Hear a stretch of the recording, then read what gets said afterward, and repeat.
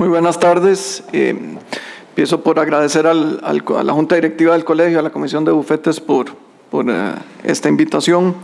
Y bueno, si ustedes ven el programa, en realidad todas las demás mesas redondas se refieren a análisis de casos concretos.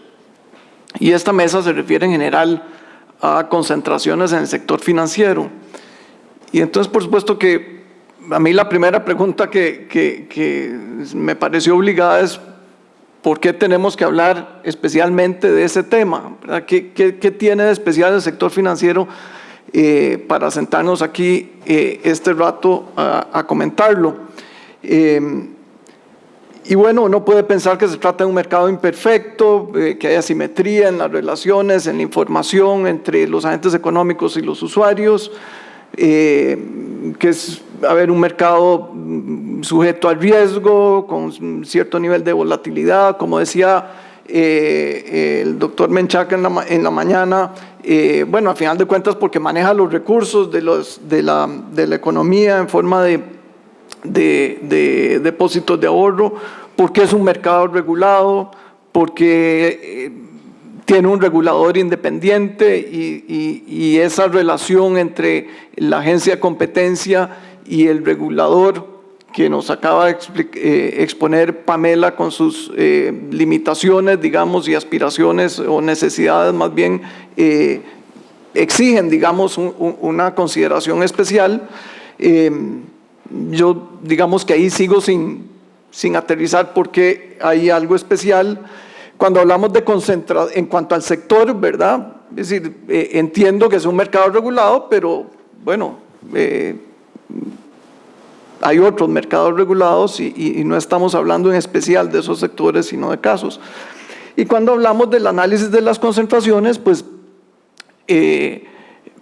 por lo menos a nivel teórico nos encontramos que hay que hacer la misma estructura del análisis, ¿verdad? Definir el mercado relevante, determinar si a raíz de la concentración se adquiere o se incrementa el poder sustancial, identificar si hay efectos unilaterales o efectos de coordinación y eventualmente determinar cuáles son las bases para aprobar, rechazar la concentración o bien aprobarla con condiciones, y ya todo eso se ha comentado acá.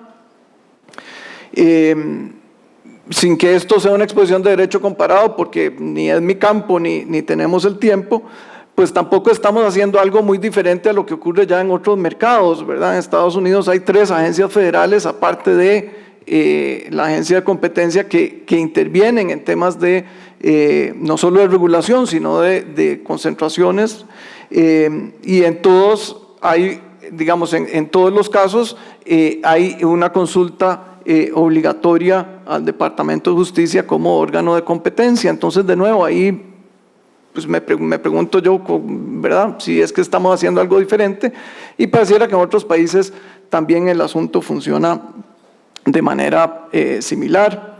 Sin embargo, en esa regulación de Estados Unidos nos topamos con algunas cuestiones particulares que ahora sí tienen que tomar en cuenta el órgano de competencia a la hora y los órganos reguladores a la hora de analizar concentraciones. Entonces, por ejemplo, si los efectos anticompetitivos son superados por los efectos probables en las necesidades de la comunidad afectada, esto pareciera ser también parte del balance que una autoridad de competencia realiza normalmente sobre solicitudes de autorización de concentración. Aquí hay uno nuevo o uno diferente que no está en nuestra ley, ¿verdad? El riesgo potencial de la estabilidad del sistema financiero en los Estados Unidos. Asumo yo que esto es una valoración que hace más las autoridades reguladoras que el órgano de competencia, ¿verdad? Eficiencia y competitividad de las firmas y mercados financieros en Estados Unidos. Ahí nos topamos con algo que para mí resultó sorpresa, ¿verdad? Conozco normas similares en la regulación de competencia de Canadá, pero no en la de Estados Unidos, y me parece que por ahí probablemente este es un análisis que realizan más los órganos reguladores en Estados Unidos que las autoridades de competencia, pues por lo menos conociendo un poco la tendencia de esas autoridades. Costo y disponibilidad de créditos son otros factores que se analizan. Y aquí hay normas también de minimis, ¿verdad? Que si se adquiere más de un 10% del total de los pasivos de todas las compañías financieras o más de un 10% de los depósitos asegurados en los Estados Unidos. Bueno, nos venimos a Costa Rica y nos topamos que no hay disposiciones así específicas para aplicar en el análisis de concentraciones en el sector financiero de nuestro país. Entonces, ¿cuáles son las normas que aplican? Ya Pamela explicó algunas, no me voy a detener, ¿verdad? Tenemos una remisión, una conexión ahí entre el 27 bis de la ley, evidentemente en la forma que lo explica Pamela, con el artículo 16, que termina de conectar con la aplicación de los, digamos, elementos del análisis de concentraciones que estarían en el 14 y 15, que se refieren a la definición de mercado relevante y la determinación de si existe o no poder sustancial en dicho mercado. La consulta, ya se ha dicho aquí, es obligatoria pero no vinculante. Hay ¿verdad? Todo el tema de concepto de concentración, que ya no me voy a detener en ese tema para ahorrar tiempo. Y bueno, y venimos a lo que me parece a mí que puede ser realmente diferenciador, no porque la ley lo diga, sino por las características del sector en el que estamos. Y de nuevo, no porque así sea en Costa Rica, sino porque el sector es en sí probablemente especial. Me refiero a la definición de mercado relevante y al concepto de poder sustancial, porque si hay algo diferenciador, así después de este análisis velocísimo que llevo haciendo, pues me parece que ahí es donde deben de estar las consideraciones que debe hacer tanto el regulador como la autoridad de competencia a la hora de hacer el análisis para autorizar o no una concentración. Y bueno, y lo primero a lo que me voy a referir es a la definición de mercado relevante. Eso, como ya se ha dicho aquí, es un tema en donde necesitamos la ayuda de los economistas, y normalmente los economistas vienen y nos presentan esto. Y entonces lo que vamos a ver, ¿qué vamos a ver? No vamos a ver nada, porque aquí en este colegio no nos dedicamos a este tipo de cosas. Pero lo cierto es que este es el tipo de reto al que nos enfrentamos, ¿verdad? Cuando hablamos de sustituibilidad de la demanda, sustituibilidad de la oferta y elasticidad cruzada, son apenas términos que puedo pronunciar, ¿verdad? Pero que cuando, por ejemplo, Ana Victoria, que está ya muerta de risa, nos trata de explicar, pues el asunto se nos complica. Y lo digo de nueva manera jocosa porque estudiando un caso en donde me topé, un caso de otro país en donde me topé un artículo referenciado, algo similar a esto que están viendo, le pedí a un amigo que me lo explicara un par de párrafos y me mandó esto. Entonces, bueno, sigo sin entender en dónde estoy yo cuando se habla del tema del mercado relevante. Al final de cuentas, ¿a dónde quiero llegar con esto? Bueno, a que cuando hablamos de mercado relevante estamos hablando, ya lo explicaba el doctor Menchaca en la mañana, de sustituibilidad de la oferta y sustituibilidad de la demanda para al final llegar a entender cuál es el conjunto de bienes o servicios que son sustituibles y que conforman ese mercado, ¿verdad? Y entonces ahí se me pone cuesta arriba a mí el tema en el sector financiero, ¿verdad? Porque si estamos hablando de bienes homogéneos, alguien hablaba aquí del mercado de lápices o del mercado de tomates o del mercado del arroz, y entonces es muy fácil entender, ¿verdad? Si hay sustitutos o si no hay sustitutos. ¿Y cuáles pueden ser esos sustitutos? Tanto del lado de la demanda, es decir, para los consumidores, como del lado de la oferta, es decir, qué productores se pueden mover digamos, de mercados vecinos a ofrecer ese tipo de productos.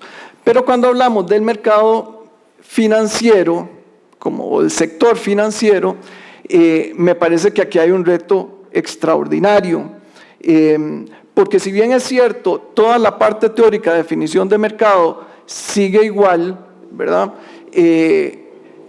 Me parece que es fácil, por lo menos intuitivamente, percibir que en el mismo sector financiero tenemos una enorme diversidad de mercados, ¿verdad? Que yo no puedo hablar del mercado financiero como el mercado relevante sin tener la evidencia empírica que respalde esa afirmación, y porque intuitivamente puedo percibir que el mercado de préstamos para automóviles es distinto al mercado, qué sé yo, de banca corporativa, tanto del lado de la demanda como del lado de la oferta. Es decir, yo no me imagino al consumidor que va a la financiera o mejor aún, que va a una mutual a pedir a presentar una solicitud de préstamo para la vivienda, ver de seguido una solicitud de una corporación multinacional para que esa misma mutual le facilite una línea de crédito. De nuevo, porque no es posible hablar de la misma manera de la sustituibilidad de la oferta que la sustituibilidad de la demanda. Y aquí entonces me parece que igual aplica para cada uno, desde el punto de vista teórico, tanto el concepto del monopolista hipotético, o por lo menos la lógica de la sustituibilidad que hay detrás, que busca ese test, que hay que aplicar de acuerdo con nuestra normativa, los criterios del artículo 14, y bueno, y que aquí puede encontrarse uno cosas particulares, de nuevo, no especiales en nuestro país, pero que pueden añadirle complejidad al tema, y es, por ejemplo, la presencia o no de la banca offshore para determinados sectores, ¿verdad? O determinados mercados o determinados servicios. Pienso que a las mutuales, por ejemplo, eso no les debería afectar, pero si estoy hablando de otro tipo de servicios bancarios, pues la banca offshore puede ser un tema que afecte esa definición de mercado relevante. Aquí el gran reto está de nuevo en determinar si existe la posibilidad y la necesidad de separar esos mercados a la hora de definir el mercado relevante o análisis de concentración, o si empaquetamos todo, ¿verdad? Y a modo de nuevo de ilustración, no de estudio comparado, en Estados Unidos los entes reguladores tienden a empaquetar para efectos de análisis de competencia el concepto de mercado relevante o la definición de mercado relevante, mientras que el órgano de competencia tiende a ser más fino en esa definición, desagregando las partes a nivel de los servicios específicos y a nivel geográfico, que es lo que, de acuerdo con nuestra legislación, debe pasar en nuestro caso, de todas maneras. Y entonces vamos a ver qué ha sucedido en nuestro país con algunos casos, ¿verdad? Aquí, de nuevo, no es un tema de hablar de casos, de un caso en particular, sino de cómo ha abordado nuestra autoridad de competencia este análisis, y cito 2 o 3 casos en este sentido.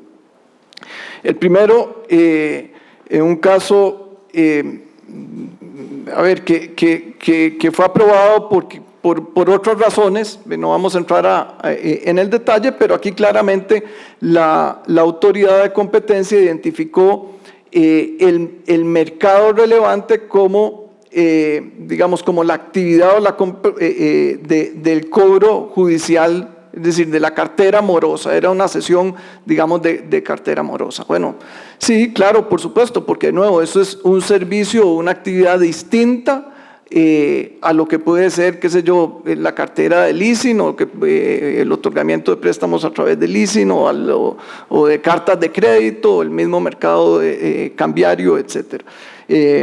Y además, no solo identifica la actividad, sino que identifica o señala los jugadores que normalmente participan en ese mercado. Entonces, evidentemente aquí sí hay un esfuerzo de la autoridad para desagregar de eso que llamamos el mercado financiero, un mercado relevante producto mucho más específico. Y en el segundo caso, en este caso de BAC San José, no solo hace referencia al mercado producto, que son las tarjetas de crédito, sino que se refiere también a préstamos a nivel del territorio nacional. Ahí, si bien es cierto, considera el mercado relevante a nivel geográfico todo el territorio nacional, sí hay una referencia específica a la necesidad de definir también el mercado relevante, no solo en su componente mercado producto, sino de mercado geográfico, lo cual me parece que es totalmente acertado. Y en estos dos casos de fusiones de cooperativas, lo hace todavía mucho más puntualmente, ¿verdad? Hay una referencia a una cooperativa que, dada su ubicación geográfica en el cantón de Grecia, pues no pareciera, digamos, ofrecer traslape con la cooperativa que la estaba absorbiendo. De nuevo, sin que haya ahí un análisis exhaustivo de la sustituibilidad de la oferta a nivel geográfico, por lo menos sí hay una seña clara de que los servicios son desagregables no solo a nivel producto, sino a nivel de mercado geográfico. En ese caso y en el que está abajo, hay una referencia que lo hago aquí como apéndice a una situación financiera delicada, que es una defensa, ¿verdad? Que el Failing Firm Defense, que es para evitar que activos productivos salgan del mercado. Yo no estoy claro si esto es lo que la autoridad de competencia en nuestro país va a tomar como parámetro para aceptar ese tipo de defensas, que yo creo que ni siquiera fueron, digamos, alegadas por las partes, sino puede ser, me parece, más una observación hecha por la autoridad de competencia que la definición, digamos, de los parámetros que están ya de por sí definidos en la guía. Y finalmente, el otro componente que genera particularidades aquí es el de la determinación del poder sustancial, ¿verdad? Desde el punto de vista teórico, el mismo ejercicio, ¿verdad? De ver qué tan independientemente se puede comportar el agente económico en el mercado relevante, y para eso medir los niveles de concentración, y seguir los criterios del artículo 15 de la ley, ¿verdad? Pero me parece que en tema del mercado financiero aquí puede haber algunos elementos interesantes a considerar, algunos de los cuales ya se han comentado aquí, ¿verdad? Uno es la cobertura o portafolios de servicios, es decir, qué tan amplio es mi oferta para mis clientes, o si yo estoy especializado en banca al detalle o en banca corporativa, eso puede ser un tema importante. El monto del capital social, aunque si bien es cierto hay límites mínimos para digamos, obtener la licencia, lo cierto es que de ahí en adelante hay grandes diferencias. Nivel de morosidad, cantidades de sucursales, esto es algo que me parece que va a generar transformaciones en el futuro, ¿verdad? Porque las plataformas virtuales hacen que eso sea cada vez menos importante.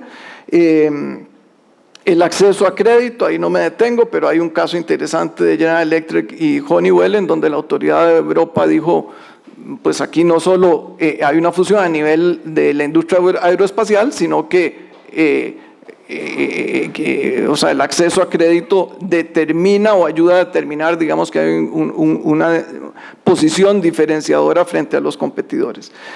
Y me parece que en el caso nuestro, que es algo que se comentó desde una perspectiva un poco distinta en la mañana en relación con el INSS y la garantía que tiene el Estado, me parece que hay unos elementos adicionales como pueden ser los bancos que son propiedad del Estado, entidades con garantía del Estado similares como pueden ser las mutuales, y aquí probablemente estamos hablando de cierto tipo de servicios o cierta ubicación geográfica para determinar si en ese mercado de producto y mercado geográfico tienen poder sustancial. Entidades con beneficios fiscales, como pueden ser también las mutuales y las cooperativas, y finalmente el tema de la calificación de riesgo, a ver si eso puede afectar o no el tema de poder sustancial. Bueno, y con esto termino. Muchas gracias.